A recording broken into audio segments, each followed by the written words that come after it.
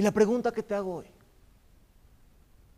¿de qué cosas estás huyendo en este momento? ¿Qué situaciones te llevaron a esa cueva a refugiarte? ¿Qué situaciones o qué presión tan difícil te alejó de la presencia de Dios sin darte cuenta, y hoy estás metido en una cueva sin darte cuenta? Yo te aseguro que David no se daba cuenta de lo que estaba haciendo. No era él. Era que el enemigo puso una semilla, era su carne controlándolo. ¿En qué momento te controló el problema? ¿En qué momento te controló la situación difícil?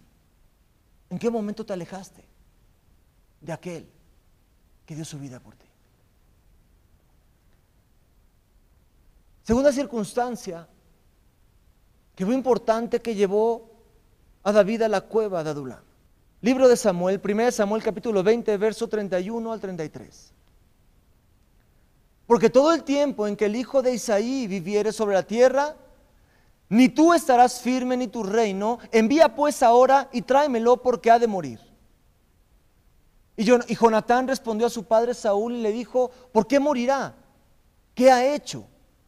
Verso 33. Entonces Saúl le arrojó una lanza para herirlo, de donde entendió Jonatán que su padre estaba resuelto a matar a David. Segunda cosa que mandó a David a la cueva fue que puso en su corazón las palabras incorrectas. Cuando Saúl declara que lo quería matar, lo estaba persiguiendo, a través de la voz de Jonatán, entró temor en la vida de David. Esta vez es muy sencillo escuchar la voz del enemigo. Es muy sencillo que el enemigo te esté susurrando: tú no puedes, tú no vales, no vas a salir de esa cueva. Nadie te va a venir a rescatar de la situación en la que estás. Y constantemente la voz del enemigo, por un lado, tratando de destruir lo que Dios quiere. Porque sabes, Dios tiene un propósito perfecto. Dios no quiere que te quedes en el nivel en donde estás. Aunque tú hayas recibido bendición, aunque tú hayas recibido prosperidad, aunque Dios te haya sacado del pecado donde nos sacó a ti y a mí.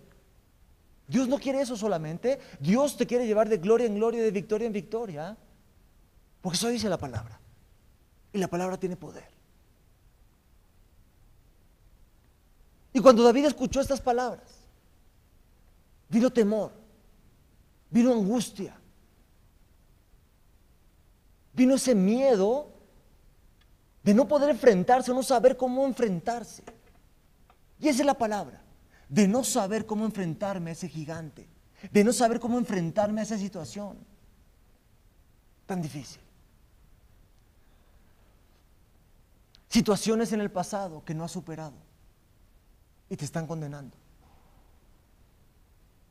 Palabras en el pasado que tú recibiste y que tú no has cancelado. Porque sabes, tenemos que cancelar en el mundo espiritual cualquier decreto, cualquier palabra que se haya desatado en nuestras vidas. Y tenemos que cancelarlas y llevarlas a la cruz y declarar que por la sangre de Cristo soy redimido, santificado, justificado y soy un hombre nuevo. Tú tienes que romper con esas palabras que un día fueron desatadas. Tú tienes que romper con ese pasado que te sigue atando hasta que no rompa esa cadena, ese cordón umbilical con mi pasado. No voy a entender lo que Dios quiere para mí. ¿Qué le ocurrió a ese David? ¿Qué pasó con ese hombre ungido? ¿Qué te pasó a ti? ¿Qué pasó con esa mujer, con ese hombre, con ese joven que Dios escogió, que Dios puso una semilla, que Dios tiene un propósito, que Dios te dio una palabra, que Dios te dio una unción? Y no has querido o no has podido llevar a cabo. ¿Sabes? David perdió el enfoque en Dios. Cuando tú y yo perdemos el enfoque en Dios, cuando tú y yo nos desenfocamos por situaciones, por presiones, por problemas, por pecados, en ese momento nos apartamos de la presencia de Dios y en ese momento el enemigo empieza a actuar inmediatamente. El enemigo empieza a querer destruir, Dice la palabra que el diablo no vino sino que a robar, matar y destruir, mas Dios vino a darnos vida y vida en abundancia.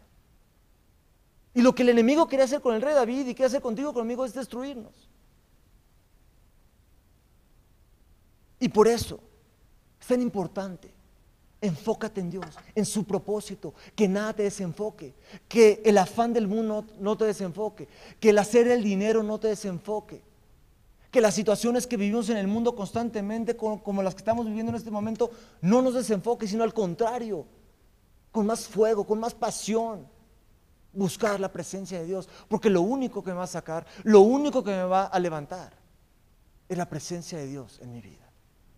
Circunstancia número 3.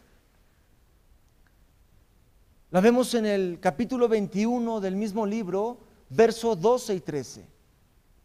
Y David puso en su corazón estas palabras y tuvo gran temor de Aquis, rey de Gat, y cambió su manera de comportarse delante de ellos. Y se fingió loco entre ellos y escribía en las portadas de las puertas y dejaba correr la saliva por su barba. Qué tremendo. El temor llevó a David aún a comportarse de una manera equivocada. El temor nos lleva a hacer locuras y cosas que nunca jamás pensamos hacer. Qué tremendo saber que el rey David lo primero que hace es que huye a la tierra de los filisteos. Te aseguro que David en circunstancias normales nunca hubiera ido a la tierra de sus enemigos, de sus propios enemigos. Y entendamos cómo una vez que entra a la tierra de los filisteos, se finge demente y empieza a hacer locuras por temor a que lo maten. ¿Sabes? Cuando huimos, no nos damos cuenta, pero cuando me alejo de Dios, huyo a la tierra de mis enemigos. Huyo a la tierra en donde el enemigo tiene autoridad absoluta sobre mi vida, sobre la familia, sobre las finanzas. Y el temor llevó a David a ese lugar y cambió su manera de comportarse, su actitud, su personalidad empezó a cambiar. Y lo único que Dios quería hacer en la vida de David era cumplir su propósito. Era cumplir y terminar lo que había empezado con ese hombre. Y sabes, Dios quiere cumplir el propósito en tu vida y quiere terminar lo que ya empezó, y lo va a hacer en el nombre de Jesús. Y aquí viene algo motivante. Aquí viene cómo el rey David salió de la cueva. Y la Biblia nos enseña cómo salió de la cueva el rey David. Cómo se dio cuenta el rey David que estaba viviendo en el momento más bajo, más difícil, más solitario en su vida. Quiero que vayamos al primer libro de Samuel, capítulo 22, verso 3. Y se fue David de ahí a Mizpa de Moab, y dijo al rey de Moab: yo te ruego que mi padre y mi madre estén con vosotros hasta que sepa lo que Dios hará de mí. Lo primero que David hizo fue buscar a Dios, fue escuchar y buscar a Dios.